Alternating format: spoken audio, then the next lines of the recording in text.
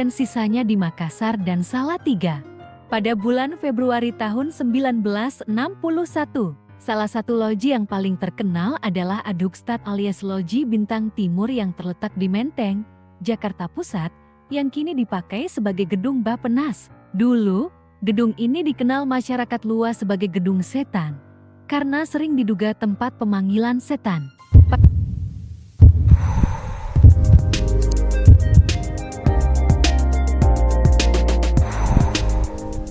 Tahun 1717 di Inggris berdiri sebuah organisasi bernama Freemason. Freemason adalah sebuah organisasi persaudaraan yang asal-usulnya tidak jelas antara akhir abad ke-16 hingga awal abad ke-17. Menurut Wikipedia, Freemasonry merupakan organisasi yang tertutup dan ketat dalam penerimaan anggota barunya. Organisasi ini bukan merupakan organisasi agama dan tidak berdasarkan pada teologi apapun. Tujuan utamanya adalah membangun persaudaraan dan pengertian bersama akan kebebasan berpikir dengan standar moral yang tinggi. Freemasonry sendiri adalah simbolisasi dari pengertian pekerja keras yang mempunyai kebebasan berpikir. Namun dari beberapa sumber lainnya, misi dari Freemason adalah menghapus pemisah antar manusia.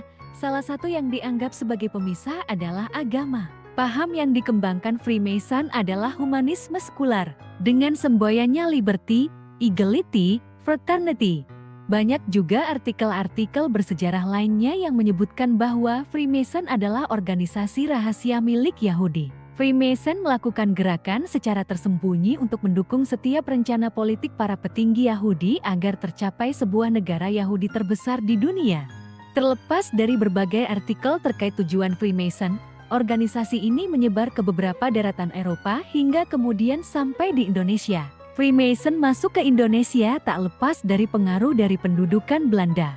Dalam perkembangannya di Indonesia, Freemason juga merekrut orang-orang pribumi untuk menjadi anggota. Para anggota yang direkrut adalah pribumi-pribumi yang terdidik. Bahkan beberapa tokoh pergerakan di Indonesia diduga pernah menjadi anggota Freemason. Tokoh-tokoh Mason Indonesia menurut buku Tarekat Mason Bebas dan Masyarakat di Hindia Belanda dan Indonesia 1764-1796 karya Dr. T.H. Stevens, seorang sejarawan Belanda. Banyak menyangkut nama-nama terkenal seperti Sultan Hamengkubuwono VIII Ras, Purbonegoro Sumitro Kolopaking, Paku Alam 8 Art. Para Freemason aktif tersebar di seluruh Hindia Belanda sejak tahun 1762 sampai ke 1962.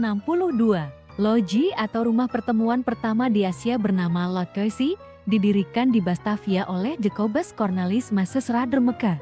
Pada tahun 1922, seorang loji agung provinsi Belanda di bawah Grand Orient of the Netherlands di Batavia ditugaskan mengendalikan 20 loji di koloni ini, 14 di Jawa, 3 di Sumatera, dan sisanya di Makassar dan Salatiga.